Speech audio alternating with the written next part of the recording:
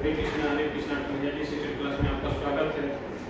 किसी टेक्निकल कारण लाइव नहीं हो पाए तो देखिए भारतीय संविधान से क्वेश्चन, भारतीय संविधान से सब महत्वपूर्ण प्रश्न। पहला क्वेश्चन है, नागरिकता से संबंधित प्रावधान संविधान के किस भाग में है? भाग 1, भाग 2, भाग 3 की भाग 4? तो नागरिकता जो वर्णन है वो भाग 2 वर्णन है। अनुच्छेद 5 से लेकर 11 तक में है और ये ब्रिटेन के संविधान से लिया गया है।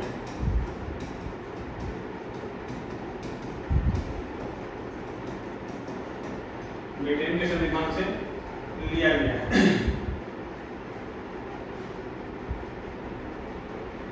भारतीय संविधान की कौन सा अनुच्छेद नागरिकता से संबंधित है? अनुच्छेद 3 से 10, अनुच्छेद 4 से 11, अनुच्छेद 5 से 11, अनुच्छेद 6 से 11। तो नागरिकता जो वर्णन है अनुच्छेद जो है 5 से 11 में वर्णन है। भारतीय नागरिकता प्राप्त की जा सकती है जन्म के द्वारा, देशीकरण के द्वारा, किसी भूभाग से सम्मिलित होकर, भारतीय बैंक में धन जमा से। भारतीय नागरिकता जो है 1955 बना है, 1955। इसके तहत 5 तरह से नागरिकता प्राप्त किया जा सकता है। उसमें जो है भारतीय बैंक में पैसा जमा करने से कोई नागरिकता प्राप्त नहीं कर सकता है, ये चौथा नहीं।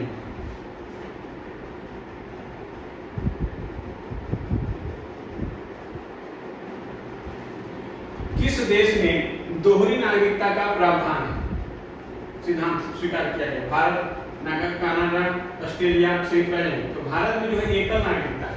भारत में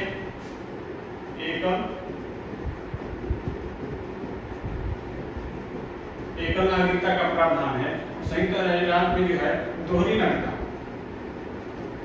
का प्रावधान है, यानी दोहरी नागरिकता जो प्रावधान है वो संयुक्त राज्य अमेरिका में। अगला है, मनुष्य नागरिकता जो है अर्जन हेतु शर्तों को नियम करने के लिए सक्षम है। चुनाव आयोग, राष्ट्रपति, संसद एवं राज्य की विधानसभा सम्मिलित है या संसद? तो नागरिकता जो अर्जन बनाया जाता है, नियम कानून, नियम जो बनाएगा, नियम की शर्त जो है अर्जन, वो संसद बनाएगा। जब भी नागरिकता के बारे में जो कानून बनेगा वो हमेशा संसद द्वारा बनेगा और जो कानून बनेगा अनुच्छेद 11 के तहत। अनुच्छेद 11 के तहत है कि नागरिकता के बारे में जो कानून बनेगा वो संसद में बनेगा, अनुच्छेद 11 के तहत।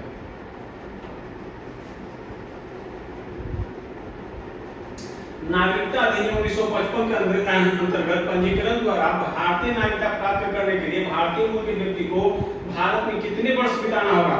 5 वर्ष, 3 वर्ष, 7 वर्ष, 9 वर्ष या 10 वर्ष?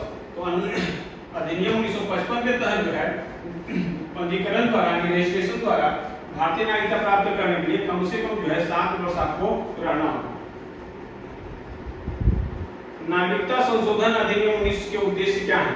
तो बांग्लादेश अवैध प्रवासियों के लिए है, वास्तविक भारतीय नागरिकता को पहचान करना है, विदेशी द्वारा सीमा घुसपैठी की जांच करना है कि अफगानिस्तान, बांग्लादेश और पाकिस्तान में उत्पीड़ित जो व्यक्ति अल्पसंख्यक हैं, समूह के, वो नागरिकता प्राप्त कर सकते हैं। इसमें 6 धर्म के लिए लोग के लिए प्रावधान है: हिंदू,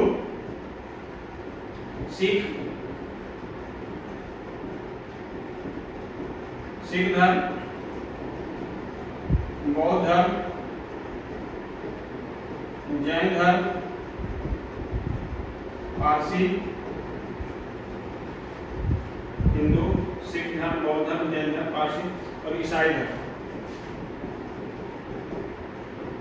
ये 6 धर्मों से जो लोग आए हैं उत्पीड़ित होकर अफगानिस्तान, बांग्लादेश और पाकिस्तान से, उसके लिए नागरिकता का प्रावधान किया गया है भारत में और उसके लिए बना है नागरिकता संशोधन अधिनियम 2019। भारतीय संविधान के किस अनुच्छेद के अंदर नागरिकता मौलिक अधिकार प्रावधान किया गया है? तो मौलिक अधिकार जो प्रावधान किया गया है भाग 3 में, भाग 3 में मौलिक अधिकार का वर्णन है और अनुच्छेद 12 से लेके 35 तक। और मौलिक अधिकार जो है वो अमेरिका के संविधान से लिया गया है।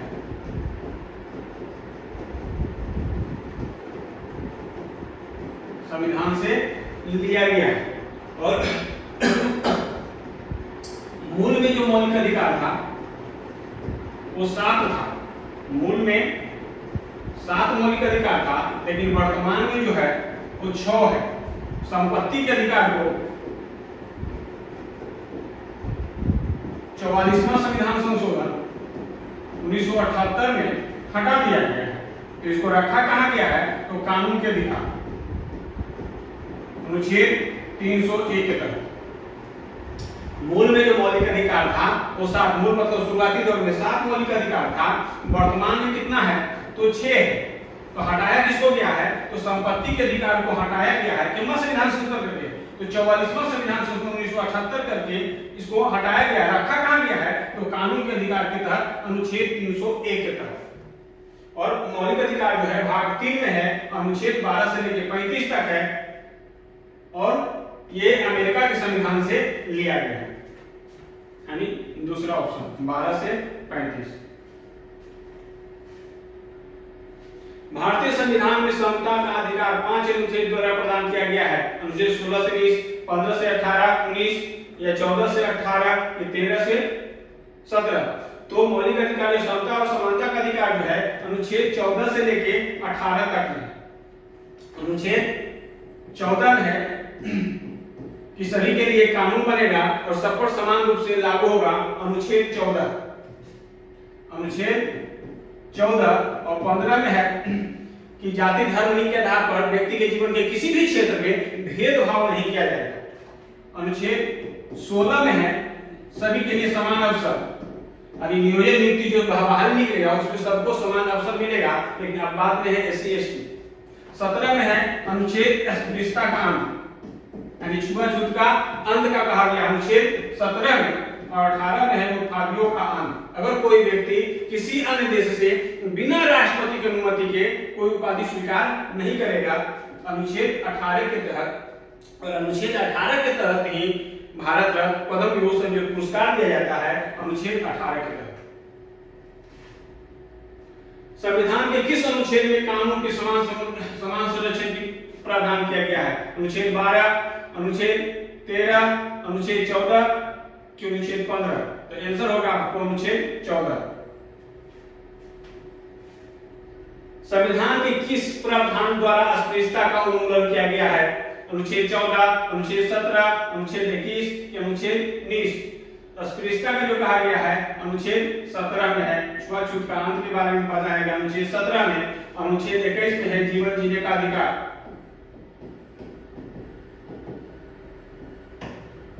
ए में है प्रेस की स्वतंत्रता,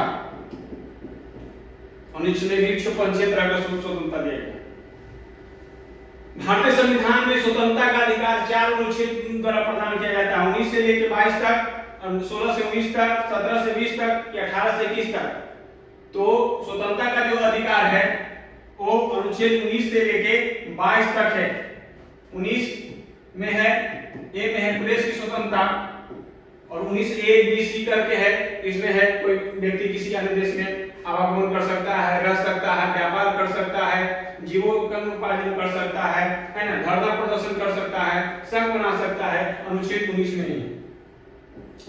अनुच्छेद 20 में है कि कोई व्यक्ति जो है अपने खिलाफ गवाही देने का अधिकार है,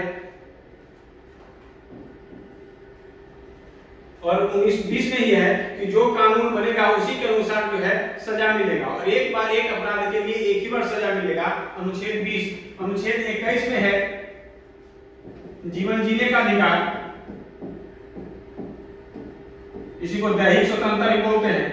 और 21A में है कि 6 से 14 वर्ष की आयु के बच्चे को निःशुल्क एवं अनिवार्य शिक्षा का प्रावधान किया गया है। इसको जो जोड़ा गया है 86वां संविधान संशोधन 2002 में। अनुच्छेद 21 जो है जीवन जीने का अधिकार यानी दैहिक स्वतंत्रता के बारे में कहा गया है। अनुच्छेद 21 जो है वो जो 6 से 14 वर्ष की आयु के बच्चे को निःशुल्क एवं अनिवार्य शिक्षा का प्रावधान किया गया है। और इसमें जो है जोड़ा जो गया संविधान 21 में वो 86वां संविधान संशोधन करके 2002 करके। उच्चतम न्यायालय की व्यवस्था के अनुसार निजी भवनों के ऊपर राष्ट्रीय झंडे को फहराने का हर नागरिक का मौलिक अधिकार है। अनुच्छेद 14, अनुच्छेद 19A, संविधान के अनुच्छेद 21, संविधान के अनुच्छेद 25 के उपयुक्त कोई नहीं या एक से अधिक। तो झंडा जो फहराने का अधिकार है, मौलिक अधिकार जो है अनुच्छेद 19A के तहत। भारतीय गणराज्य के संविधान का कौन सा अनुच्छेद व्यक्ति के प्राण एवं दैहिक स्वतंत्रता का प्रावधान है? अनुच्छेद 19A, 19, अनुच्छेद 21, अनुच्छेद 20 या अनुच्छेद 22? तो अनुच्छेद 1 में है, 21 में है, प्राण एवं दैहिक स्वतंत्रता का अधिकार।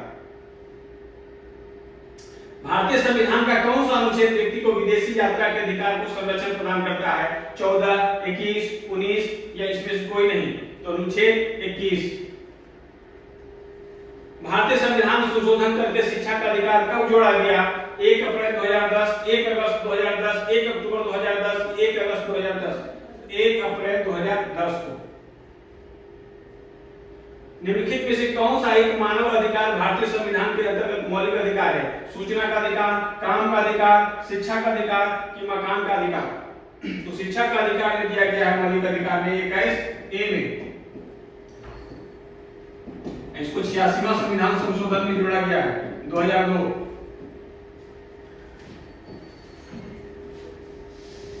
भारतीय संविधान का कौन सा अनुच्छेद बच्चों के शोषण के विरुद्ध मौलिक अधिकार देता है? अनुच्छेद 17, 14, 23 और 24।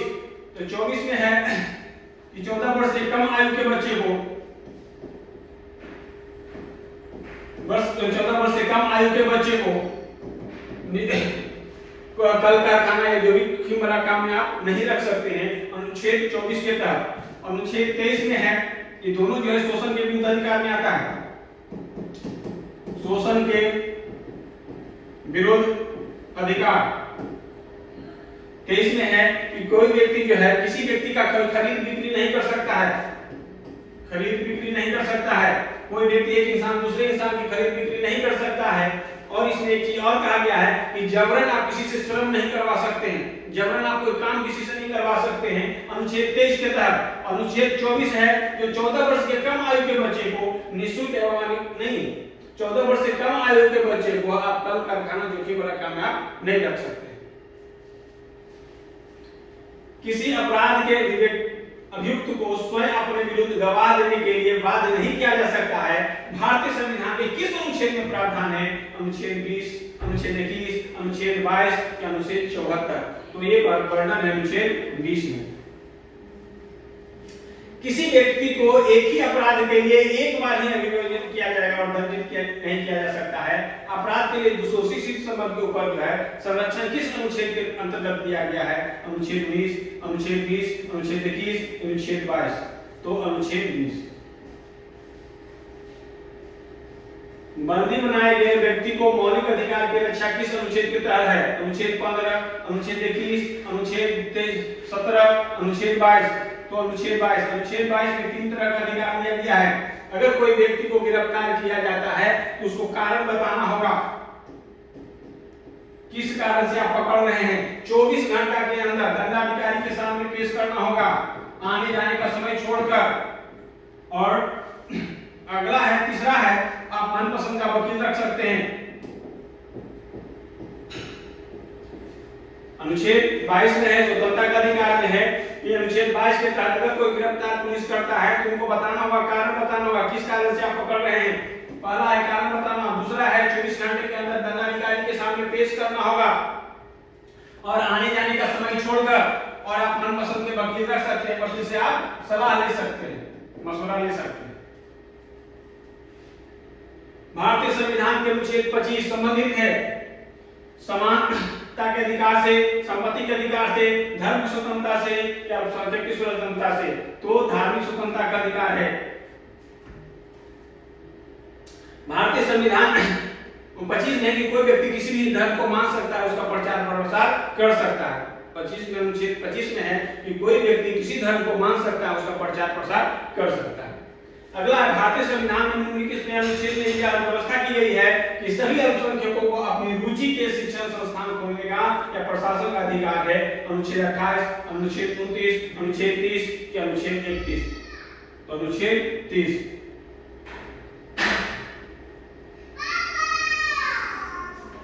निम्नलिखित में से किसको संविधान द्वारा मौलिक अधिकार लागू करने की शक्ति दी गई है? भारत के संविधान न्यायालय द्वारा, संसद द्वारा, सर्वोच्च न्यायालय द्वारा कि उच्च न्यायालय द्वारा? या राष्ट्रपति द्वारा। तो संविधान को मौलिक अधिकार को रक्षा करने के लिए सर्वोच्च न्यायालय और उच्च न्यायालय को दिया गया है। सर्वोच्च न्यायालय अनुच्छेद 32 के तहत और उच्च न्यायालय अनुच्छेद 226 के तहत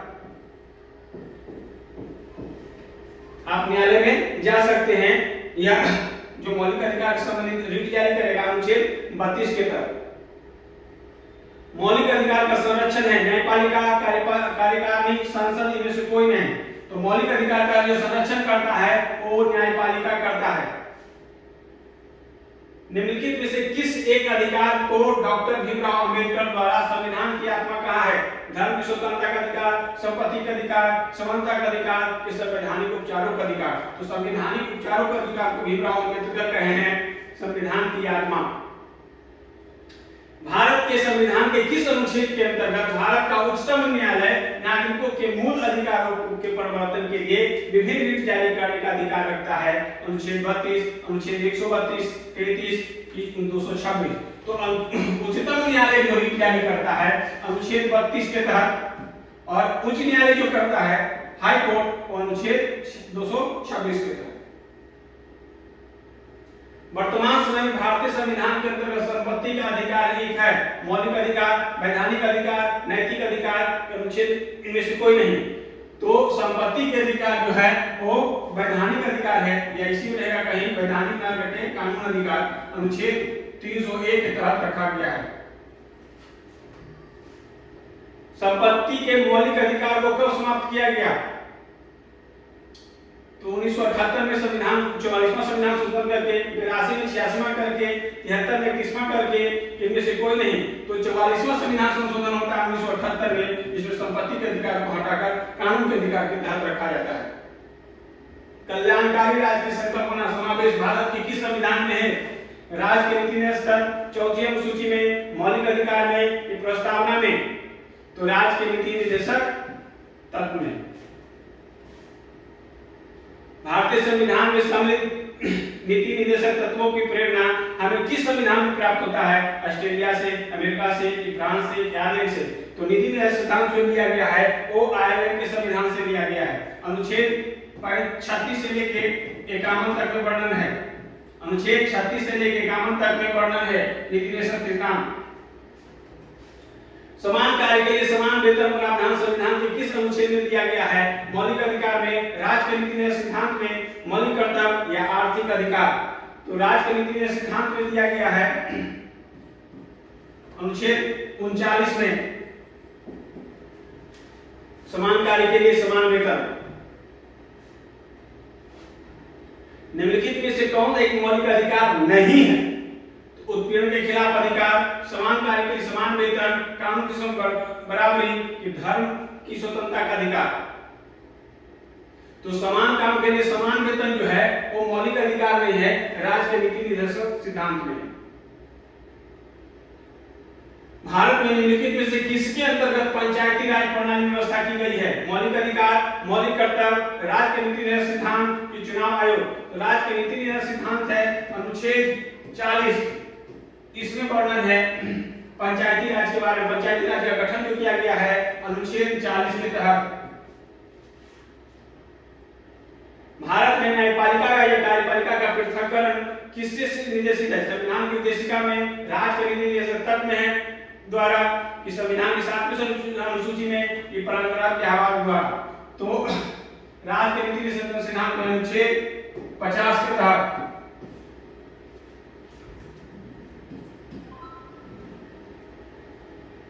राज्य के नीति निर्देशक सिद्धांतों को निम्नलिखित अनुच्छेद में से कौन सा अंतरराष्ट्रीय शांति और सुरक्षा संवर्धन से संबंधित है?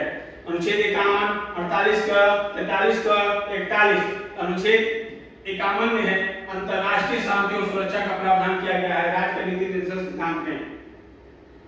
राज्य के नीति निर्देशक सिद्धांत एक ऐसा चेक है जो बैंक की सुविधा के अनुसार अदा किया जाता है। किसने कहा?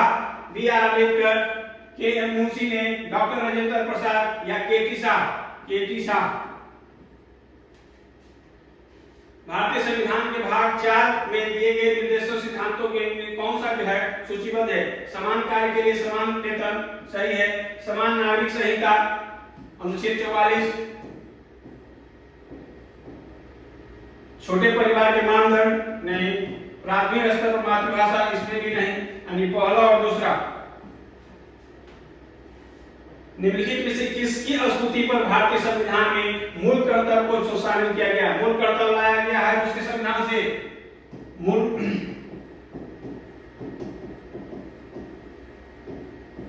संविधान के मूल में मूल कर्तव्य नहीं था, इसको रूस के संविधान से लाया गया है 42वां संविधान संशोधन करके 1976 सरदार स्वर्ण सिंह समिति।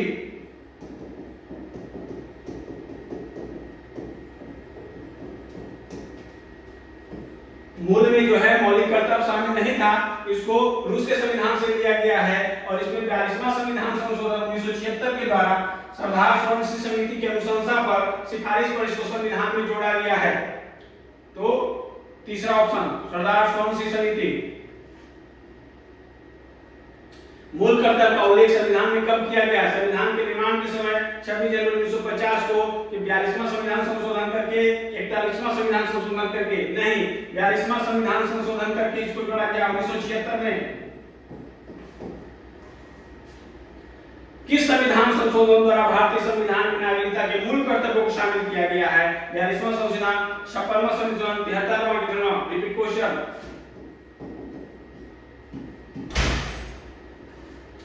भारत के संविधान के किस भाग में मौलिक कर्तव्य का उल्लेख है? भाग 3, भाग 4, भाग 4 का 6 छठा, तो भाग 4 क में है।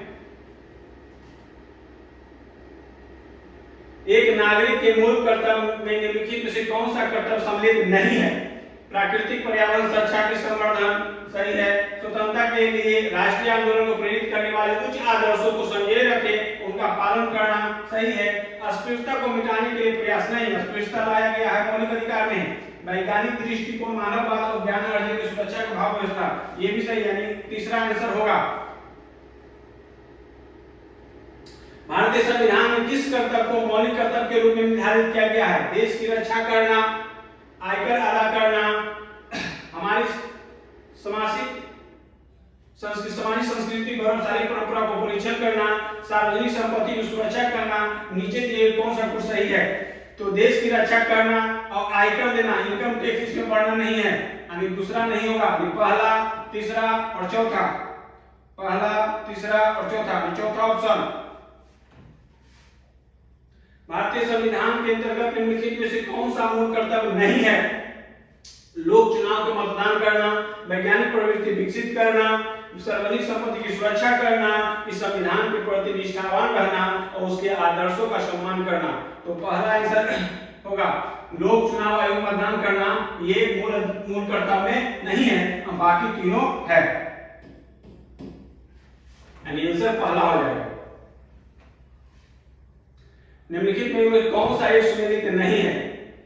तो भाग 2 में नागरिकता है, भाग 3 में मूल अधिकार है, भाग 4 में है नीति निर्देशक सिद्धांत, मूल कर्तव्य 4 क में है, 5 में नहीं, यानी चौथा ऑप्शन गलत। भारत की संप्रभुता, एकता, अखंडता की रक्षा करें और इसे अक्षुण्ण रखें, यह उपबंध किसमें दिया गया है? संविधान की उद्देशिका में, राजनीतिक से तत्व में, मूल अधिकार में, मूल कर्तव्य में? तो मूल कर्तव्य में दिया गया है।